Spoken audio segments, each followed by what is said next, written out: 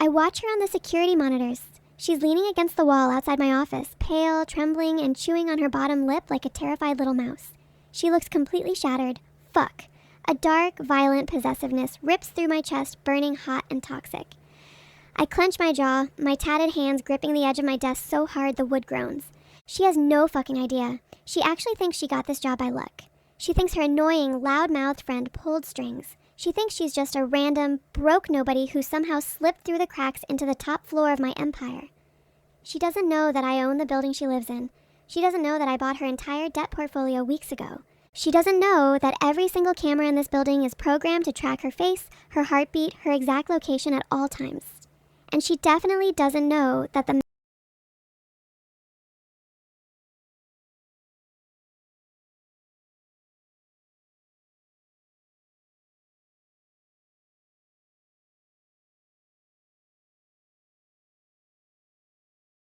behind a screen, but in my office, she was trembling, fragile, ready to shatter. When I touched her in that dark room weeks ago, I felt all her pain. The way she cried out, the way her small, perfect body surrendered to my hands, it unlocked a sickness inside me. An obsession so pure and feral that I haven't slept more than 2 hours a night since. She gave me her innocence. She gave me her raw, unfiltered desperation. She belongs to me now, entirely. I zoom in on the security feed. She has a hand pressed over her stomach, her chest heaving as she tries to breathe through what looks like intense nausea. My eyes narrow, a cold, calculating thrill spiking in my veins. Why is she sick? I told myself I would take it slow. I told myself I would break her down piece by piece, isolate her, and rebuild her reality until the only thing she relies on, the only thing she worships, is me, both the CEO and the mask. But watching her tremble in the hallway, looking so incredibly small and vulnerable in my territory, patience is starting to feel like a luxury I don't give a duck about. I press the intercom button on my desk. YN, I say, letting my voice drop to that dark, commanding rumble I know tears her apart. I watch on the screen as she violently flinches, her eyes wide with panic. Yes, Mr. Gian. Her voice crackles through the speaker, breathless and scared. Cancel my afternoon meetings. Come back inside. You're going to sit on the couch and read my contracts aloud. But, sir, I'm supposed to organize the... Did I ask for your opinion, little one? The slip of the nickname is intentional, a calculated drop of poison. I watch her freeze on the monitor. Her entire body goes rigid, her breath catching visibly in her throat. She remembers that name. She remembers exactly how it sounded whispered against her neck in the dark. No, sir. I'm coming. I lean back, a cruel, satisfied smirk pulling at my lips. Welcome to your new life, YN. There is no escape. YN's POV. It's been 2 agonizing weeks of working in this suffocating glass cage, and I am officially on the absolute brink of a psychological breakdown.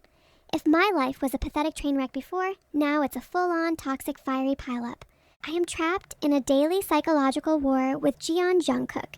Every single day, he finds new, deeply twisted ways to keep me entirely under his heavy thumb. He doesn't just manage me, he rules over me like a tyrant. He makes me stand flush against his desk for hours while he reviews documents. His presence so heavy and dominating that my chest literally aches from the lack of oxygen. He barks cold orders, mocks my lack of corporate knowledge, and looks at me with those piercing, predatory eyes like I'm a piece of flesh he's deciding whether to rip apart or discard or eat, maybe. He is cruel, demanding, and utterly toxic. So why the duck does my heart race until it hurts every time he steps into my personal space? Why does my body burn with a humiliating, desperate ache whenever his long, tatted fingers accidentally brush against mine? Because you're a broken, pathetic loser, YN, my mind whispers, degrading me right on cue, triggering that familiar, suffocating heartache. You're a lonely, depressed nobody who got ruined once by a masked internet god, and now you're projecting his ghost onto a billionaire boss who openly despises you. But today, the mental torment crashes into pure, unadulterated terror. I'm standing in the executive restroom, clutching the cold edge of the marble sink so hard my knuckles are turning purple and my fingernails are nearly cracking. The heavy door is locked. My heart is beating a frantic, toxic rhythm against my ribs, making me violently dizzy. On the counter sits a cheap plastic stick, and on that stick are 2 bright, devastatingly clear pink lines. Positive. No, no, no.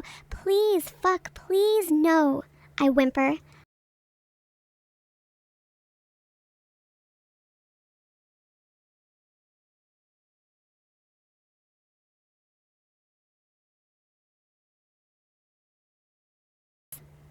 I'm pregnant. I'm completely broke, severely depressed, and now cherry on top, I'm carrying the child of a faceless ducking man. But duck, we use protection. Now what? A man whose name I don't know. A man whose face I never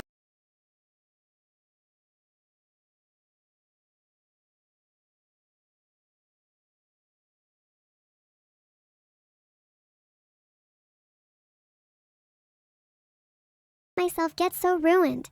I sink to the cold tile floor, pulling my knees straight to my chest, sobbing so hard my entire frame shakes violently. The weight of my failure crashes down on me like concrete. I'm a mess, a total unmitigated disaster. Who is going to help a girl with nothing to her name? Haley thinks I'm finally getting my life together. If she finds out I'm knocked up from an anonymous masquerade hookup, she'll realize I'm still the same useless, impulsive failure I've always been.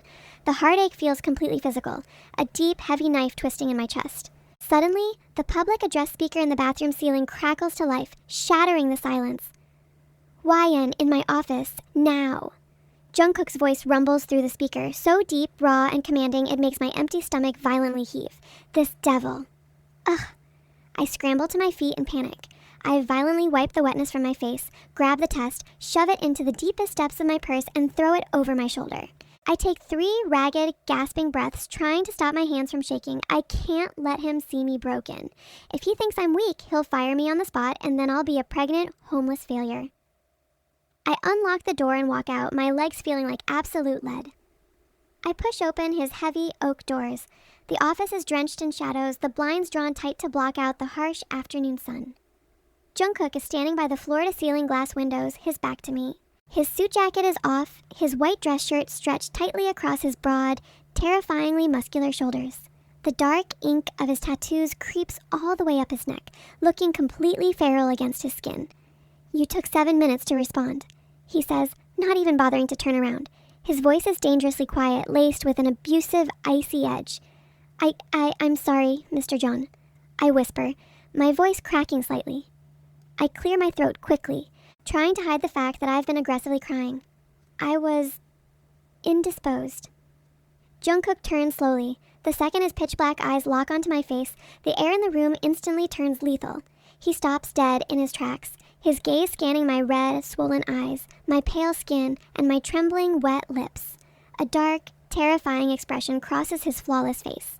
He steps away from the window, walking toward me with a slow, predatory stride that makes every single survival instinct in my body scream run. You've been crying, he states. It's not a question. It's a low, rumbling growl that vibrates through the floorboards. I'm fine, sir. Just a headache. Before the lie can fully leave my mouth, he bridges the distance. In one lightning-fast, violent motion, his hand shoots out, his large, tatted fingers wrapping firmly around the back of my neck.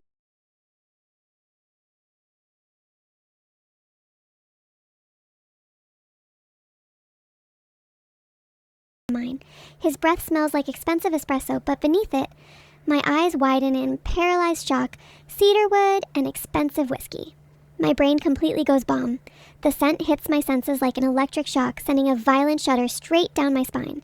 The raw heat radiating off him is identical. My heart hammers so violently against my ribs, I'm convinced he can feel the vibration. Mr. John, please. I whimper, my hands pressing desperately against his broad chest, feeling the thick, hard muscle beneath his shirt. Let me go. You're hurting me. Why the duck are you crying? He demands, his grip on my neck tightening just enough to force my chin up, his thumb digging brutally into my jawline. His eyes burn down into mine with a terrifying, unhinged obsession. Who make you cry today, little one? Give me a ducking name, and I'll destroy them by sunset. The nickname, Little One, hearing it come out of his mouth while his tatted hands grip my skin, sends a wave of pure, electric, sickening heat directly to my core, clashing violently with the terror in my chest. This can't be logically too many coincidences in my entire life. Nobody! I cry out, tears spilling over my eyes again, completely out of control. Nobody did anything. It's just me. I'm the ducking problem. I'm a failure. I'm weak, and I can't do this anymore. I hate my life. In my frantic twisting, my grip on my purse,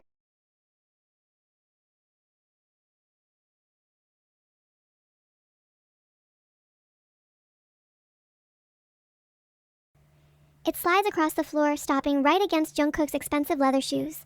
The 2 bright pink lines stare up at him in the dim light. The silence that blankets the room is deafening. It's thick, toxic, and utterly lethal. Jungkook's gaze slowly drops to the floor. I watch his eyes lock onto the positive pregnancy test. For a fraction of a second, his entire body freezes, turning to absolute stone. The dark veins in his tatted neck pulse violently, a sudden, terrifying tension rolling off his massive frame. My breath completely catches in my throat. Cold clinical panic floods my system, washing away the nausea. Oh my God. Brings a ducking positive pregnancy test to executive meeting with the billionaire. Slowly, deliberately, Jungkook lets go of my neck. The sudden absence of his heat makes me shiver. He bends down, his long, ringed fingers picking up the plastic stick with a slow, agonizing precision. He stands back up to his full, imposing height, staring at the two bright pink lines like he's decoding a classified document. "What is this?" he whispers. His voice drops to a register so low and dark it vibrates straight through the floorboards. It's mine," I sob, covering my face with my hands, my shoulders shaking violently as a deep heartache consumes me. I can't even look him in the eye. The humiliation is absolute. "I'm sorry, Mr. John. I know this is entirely unprofessional. I'll pack my things and resign today. You won't have to deal with me or my personal baggage. I'll leave." I turn blindly, my hand scrambling for the brass handle of the heavy oak door, desperate to escape before he can fire me, before he can look at me with disgust and call me the failure I already know I am. But I don't even get to turn the handle. In a split second, Jungkook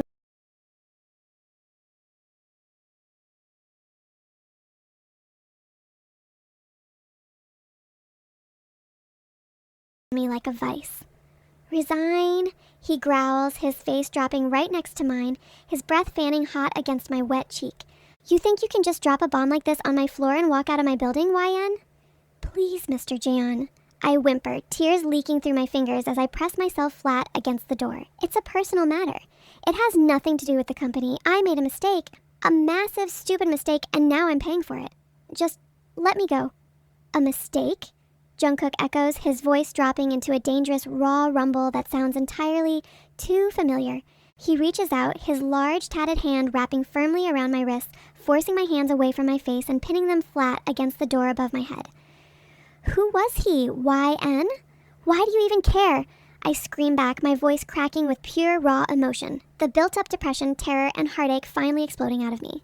"You hate me. You've done nothing but treat me like I'm nothing since the day I got here. Why the duck do you care who the father is?" Jungkook doesn't flinch. Instead, his eyes burn down into mine with a chaotic, possessive madness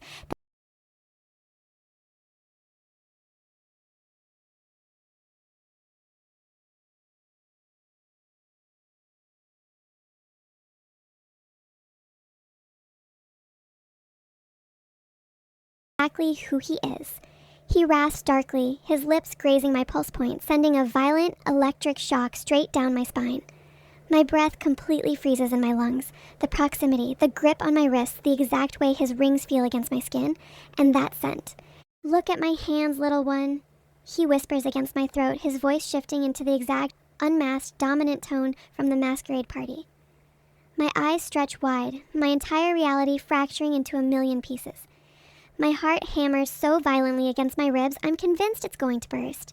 "You," I breathe, pure, unadulterated shock paralyzing my tongue. "The mask, the party, it was you.